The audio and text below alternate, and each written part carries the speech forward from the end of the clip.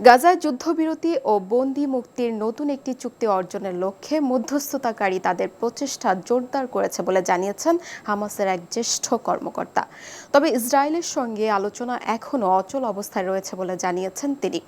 বৃহস্পতিবার ব্রিটিশ সংবাদ মাধ্যম বিবিসিকে দেয়া এক সাক্ষাৎকারে তিনি এ তথ্য জানিয়েছেন।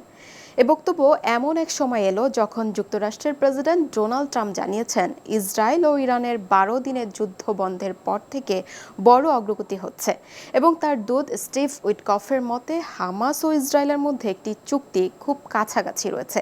এদিকে বুধবার ইসরায়েলের বাহিনীর গাজা জুড়ে চালানো হামলায় অন্তত ৪৫ জন ফিলিস্তিনি নিহত হয়েছে বলে জানিয়েছেন গাজার স্বাস্থ্য মন্ত্রণালয়। নিহতদের মধ্যে অনেকেই খাদ্য সহায়তার জন্য অপেক্ষা করছিলেন।